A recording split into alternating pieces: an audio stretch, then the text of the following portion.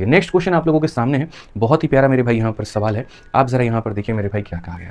3 number सवाल में ये कहा गया ए स्क्वायर प्लस इतना मेरे भाई, तो इसका मान कितना होगा। सेम कहानी मैंने कही थी। पॉइंट नंबर 1, सारे वेरिएबल मेरे भाई दाहिने साइड में आ जाने चाहिए और सबके बाहर में कितना कॉमन ले लेना है, तो 2। अगर 2 से ज़्यादा है तब भी 2 रखो और कम है तब भी 2 बनाओ। कम है तो मल्टीप्लाई करके बनाओ, ज़्यादा है तो डिवाइड करके बनाओ, लेकिन 2 बनाना ज़रूरी है।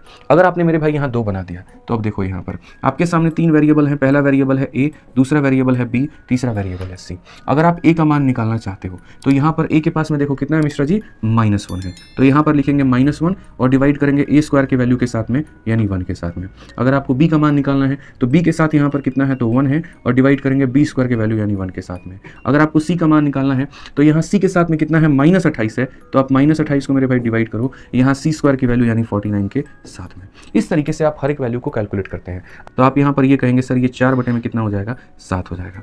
कितना हो जाएगा मेरे भाई यहाँ पर 4 में 7 हो जाएगा। तो अंत में मेरे भाई जो वैल्यूज आ जाएंगी वो हो जाएगी a प्लस बी माइनस हमारा कितना, 7c। a का मान हमारे सामने कितना है, तो a का मान -1 है। b का मान हमारे सामने कितना है, तो मेरे भाई 1 है। और 7c का मान कितना होगा, तो -7 इंटू पूरा c का वैल्यू दैट इज 4/7। यहाँ पे अगर हम देखें तो हम यहाँ पर क्या कहेंगे, तो यहाँ पर क्या हो जाएगा, -4/7 हो जाएगा। ये इससे खत्म हो जाएगा, माइनस कितना हो जाएगा, +4 का मतलब ऑप्शन नंबर ए जो होगा करेक्ट आंसर होगा।